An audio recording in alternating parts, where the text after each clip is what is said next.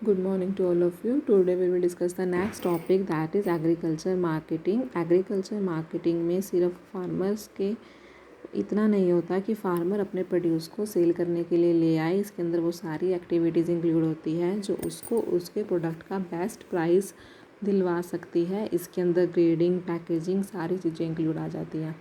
आप देख सकते हैं चैलेंज रूरल एग्रीकल्चर मार्केटिंग होता क्या है। देखिए, सबसे फर्स्ट फार्मर ने उसको अपने प्रोडक्ट को प्रोड्यूस कर लिया तो उसको असेंबल करना पड़ेगा। अभी थोड़ी ना वो चीज़ खेतों में ही रह जाएगी, उसको असेंबल करेगा। असेंबल करने के बाद उसकी प्रोसेसिंग करता है, ग्रेडिंग करता है। पहले तो देखो उसको गैदरिंग करता है। सबसे पहले आप स्टेप बाय स्टेप चलेंगे, आप यहाँ से पढ़िए पहले इसको। सबसे पहले हार्वेस्टिंग करने के बाद, उसको कट करने के बाद उसको गैदर किया जाता है, इकट्ठा किया जाता है। उसके बाद उस पर प्रोसेसिंग की जाती है। प्रोसेसिंग में क्या होता है, जैसे कि सिंपल लैंग्वेज में बोले, जैसे हम उसको छान लेते हैं, उसको स्ट्रो अलग कर लेते हैं ग्रेन से। क्योंकि जब भी आपने देखा होगा, कभी आप मंडी गए हैं, जो अनाज मंडी होती है वहाँ पे एक बारी सफाई करके गेहूँ सील होता है, तो सेपरेटिंग ऑफ स्ट्रो बोलते हैं लंबे लंबे तिनकों को, उसको अलग किया जाएगा। नेक्स्ट ग्रेडिंग की जाएगी। भाई फार्मर अपने प्रोडक्ट को ग्रेडिंग करता है कि हाँ भाई मेरे ये वाला गेहूँ बहुत अच्छा है, ये ज़्यादा रेट में बिक जाएगा, ये थोड़ा सा ख़राब हो गया, ये थोड़ा कम रेट में बिकेगा। तो वो क्वालिटी के अकॉर्डिंग उसको ग्रेड करेगा। आफ्टर दैट उसकी पैकेजिंग करेगा, बायर की प्रेफरेंस के अकॉर्डिंग उसको स्टोर करके रखेगा। और जब प्राइस लक्रेटिव होगा, लक्रेटिव मतलब जब प्राइस अच्छा होगा, उसके फेवर में होगा, जब उसको वो सेल कर देगा। तो ये सारी एक्टिविटीज़ किस में कहलाती है, एग्रीकल्चर मार्केटिंग में। Agriculture marketing includes all this process between harvesting and final sale. Harvesting से लेकर फाइनल सेल्स तक जितनी भी एक्टिविटीज़ आती हैं वो सारी किस में इंक्लूड होती हैं, हमारी एग्रीकल्चर मार्केटिंग में। जो इंडिपेंडेंस का टाइम था, उस टाइम पे एग्रीकल्चर मार्केटिंग की सारी एक्टिविटी मनी लैंडर कंट्रोल करते थे। तो उनको क्या होता था, क्योंकि फार्मर जो लोन लेता था मनी लैंडर से लेता था, तो अब जब उनको उनके डेप्ट पे करने होते थे तो फार्मर को डिस्ट्रेस सेल करनी होती थी। अब now the question is arise, what is distress cell. Distress cell क्या होती है कि फार्मर को कंपेल किया जाता है कि वो अपना प्रोडक्ट उसी को दे, कि मार्केट में जो भी प्राइस चल रहा है वो कोई मैटर नहीं करता, कि जैसे ही क्रॉप तैयार हुई है वो उसको सेल कर जाए। और जिससे उसको फार्मर्स को क्या होती थी, उनको इमीडिएट कैश मिल जाता था, क्योंकि फार्मर को इमीडिएट कैश की ज़रूरत होती थी और उनके पास स्टोरेज फैसिलिटीज़ भी नहीं होती थी, इसलिए वो अपनी क्रॉप लो रेट में इनको सेल कर देते थे। तो ये चीज़ होती थी। तो कहता है कि उनकी होल्डिंग कैपेसिटी होती नहीं थी, इसलिए फार्मर्स को अपने प्रोड्यूस प्रोडक्ट को डिस्ट्रेस सेल में देना पड़ता था, जिससे कि उनको क्या होता था, सब्सटेंशियल लॉस होता था। और एक और इसमें कंसेप्ट आता है अंडर वेटिंग का। अंडर वेट क्या होता है कि एक तो डिस्ट्रेस सेल पहले ही उनको लूट रहे हैं जमींदार, पहले ही उनसे क्या कर रहे हैं, उनसे कम रेट में सामान खरीद रहे हैं जो ये मनी लैंडर्स होते थे। प्लस बाद में क्या करते थे, उनके अंडर वेटिंग भी, उनका सामान मान लो 1 किलो का, वो कहेंगे भैया 900 ग्राम है तुम्हारा तो सामान, अंडर वेटिंग भी कर लेते थे। तो इस टाइप से फार्मर्स का बहुत ज़्यादा एक्सप्लॉयटेशन होता था।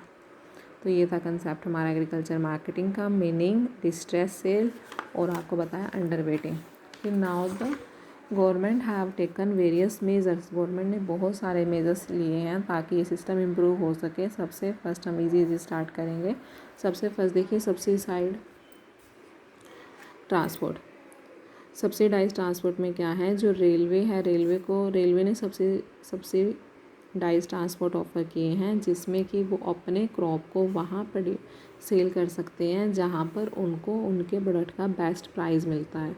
फॉर एग्ज़ाम्पल मान लीजिए वो अपना प्रोडक्ट यहीं सेल करते हैं तो उनको 50 रुपीज़ में बिक रही है कोई चीज़, 500 में लगा लीजिए चलिए। लेकिन अगर वो अपने प्रोडक्ट को करनाल बेचते हैं, मान लीजिए पानीपत में बेच रहे हैं, 5000 में बिक रही है, करनाल बेचते हैं तो 5500 में बिक जाती है, लेकिन ट्रांसपोर्ट ही 500 है। तो क्या फार्मर को फ़ायदा है? नहीं। फार्मर को फ़ायदा कब है कि अगर उसको ट्रांसपोर्ट का खर्चा है 50 रुपये, क्योंकि अगर उसकी 5050 की पड़ गई उसकी, लेकिन उसकी बिक कितने में रही है, 5600 की। तो गवर्नमेंट ने ट्रांसपोर्ट की जो रेट है वो कम कर दिए हैं ताकि फार्मर्स अपनी क्रॉप को वहाँ सेल करें जहाँ पर उसको अपने प्रोडक्ट का एक बेटर प्राइस मिल सकता है। एक है हमारा provision of warehousing facilities. Provision of warehousing में ये है गवर्नमेंट ने बहुत सारे वेयर हाउसिंग फैसिलिटीज़ प्रोवाइड करवाई है सेंट्रल लेवल पे, स्टेट लेवल पे, जो कि फार्मर्स को एक सही रेट पे एक रेंट टाइप में वेयर हाउस प्रोवाइड कर देते हैं, जिसमें कि वो अपने क्रॉप को सेव कर लेते हैं और जब उनके क्रॉप का बेस्ट प्राइस अवेलेबल होता है देन वो उसको सेल कर सकते हैं। कोऑपरेटिव एग्रीकल्चर मार्केटिंग सोसाइटीज़ की स्टार्ट की गई थी। इसमें क्या है, जो फार्मर्स है, देखिए कोऑपरेटिव एग्रीकल्चर मार्केटिंग सोसाइटीज़ में क्या होता है बेसिकली कि जो फार्मर है वो अकेला अपने क्रॉप को सेल करने ना आए।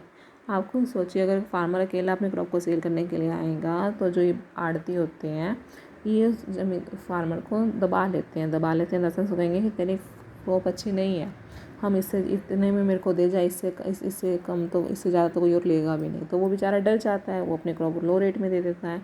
लेकिन अगर सारे ही फार्मर मिल जाएं कि नहीं हम अपने क्रॉप को इससे कम रेट में नहीं बेचेंगे, तो किसका फ़ायदा होगा, फार्मर का। तो कोऑपरेटिव एग्रीकल्चर मार्केट सोसाइटी से इस्टेब्लिश की गई थी कि फार्मर्स जो हैं बेटर बार्गेनर बन सके। बेटर बार्गेनर का मतलब कि वो अपने क्रॉप के लिए बार्गेनिंग कर सके, अपना एक बेस्ट प्राइस ले सके। Next one is regulated market. Government ने क्या किया, रेगुलेटेड मार्केट इस्टेब्लिश करी है, जहाँ पे सेल और परचेज मॉनिटर होती है मार्केट कमेटी के थ्रू।